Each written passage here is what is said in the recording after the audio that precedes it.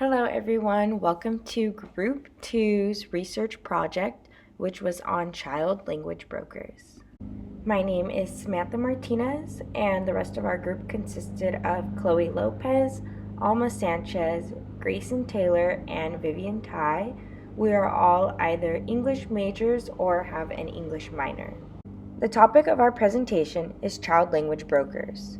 For our research, we delve into children's language, more specifically, children who are the only fluent English speakers in their families.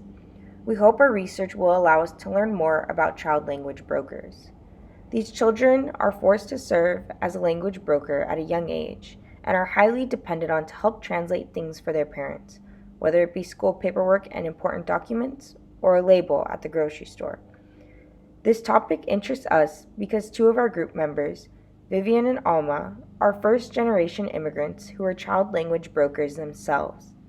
We all know or have seen child language brokers active in our community, so it's something that in a way has impacted us all and we are all intrigued by. Our research question in our project was, how have the effects of language brokering contributed to parent-child relationships in immigrant families?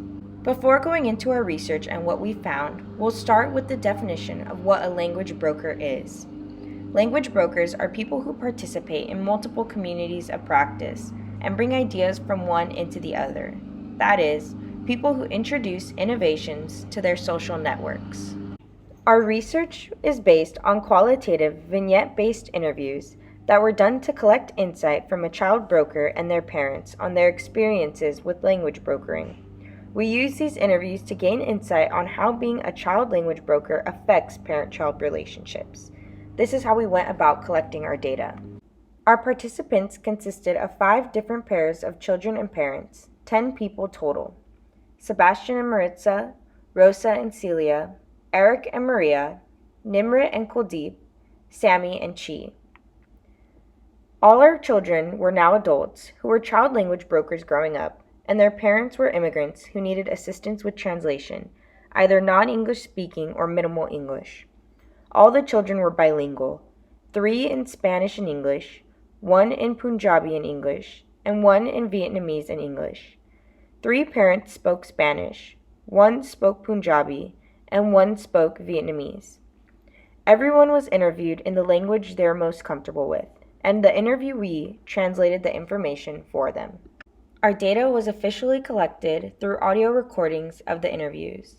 We asked the parents 7 questions and the child language broker 6. All questions were pertaining to the parent-child relationship between the two or about the experiences they had when it came to needing things translated. Our hopes were to gain a better insight on what this relationship looked like. Once again, we aren't allowed to interview minors, so all the children that we had interviewed were over the age of 18. When it came to analyzing our data, we took on the approach of discourse analysis. Our qualitative data led to a qualitative analysis. We took the answers we received from the interviews and translated and transcribed them so we can compare all the answers and code them to find the similarities and themes shown in all participants. During our analysis, we found 3 major themes that showed in each interview between both the parent and child language broker. The 3 themes were frequency, responsibility, and struggle. The most prominent theme in our results was frequency. All parent-child relationships were in a position where the parent needed help from their child daily at numerous occurrences for things both big and small. The next theme we found was responsibility.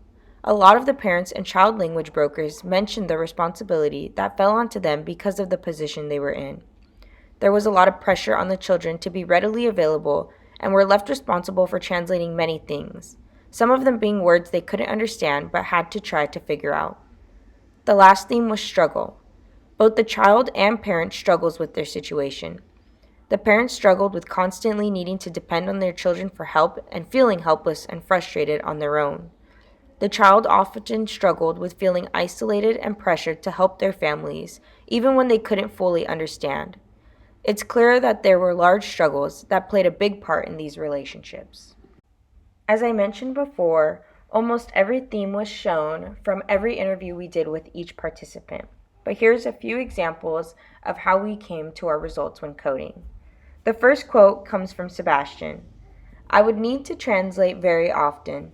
My mom and my dad would always need help with things like documents, but also small stuff, so it felt like every day they would need my help with something. Celia, another parent, said, I would ask for translation from English to Spanish almost daily.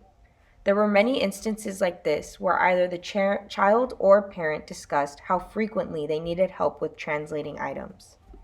The next quotes showcase responsibility. Eric says, I was expected to translate the most out of my family members. I felt a lot of pressure the majority of the time. Sometimes it was hard because there were times when there were certain words I couldn't translate because I knew them in English but not Spanish. Maria then goes on to say, it might be a lot because he would have to translate for us, and there were times that he didn't know the Spanish words for the English words. This shows that the child had a lot of responsibility placed onto them and were put in positions where they felt like they had to be able to translate for their parents, since they were the ones more fluent in English. The next theme we saw showcased the struggles both the child and parent faced. Nimrit says, sometimes I had managed my other commitments with instances where being a translator was needed, so that was sometimes a responsibility. Kuldeep says, it is hard living in a country where English is the national language. I am unable to be independent even though I have an independent personality. There were many times where the child expressed feelings of being isolated because they were different from their peers, and the parents felt helpless because they couldn't be a parent to their child since they relied on their child so much for help. These struggles clearly tore apart parents and child in their relationships. Our findings show that the effects of language brokering do contribute to parent-child relationships. Frequency, responsibility, and struggles are just 3 of the themes that stood out to us, but we know that with further research we would find many more.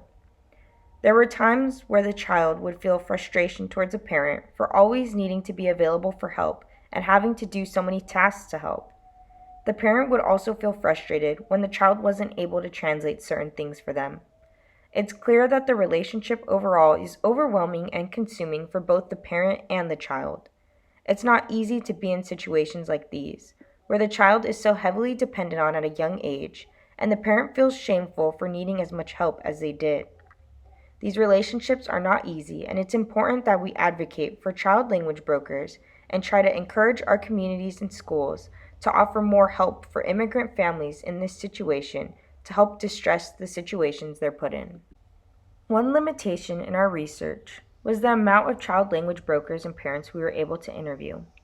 Although we were still able to find several clear patterns, we'd like to have interviewed more to see if these themes truly are this prevalent, and that if we interviewed more people, maybe other themes would become more clear with more participants. With more participants, we would get much more data, and so if we were to do it again, we would like to try to interview more people. In conclusion, it's important to look into child language brokers, especially when our communities are filled with so many immigrant families. Research like such allows us to get a better understanding of the effects that come with situations like this and how our communities can better serve these families. When we fail our child language brokers, in a sense, we fail the next generation. We hope that our research can shed light on the struggles and effects that child language brokering has on our young kids. We hope that this will encourage people to look more into it and find how they can help their child language brokers in their community. Thank you so much for taking the time to watch our presentation today. We hope that our research can help stress the important role child language brokers play in both their families and society, and that you were able to learn something new that you may also become passionate about.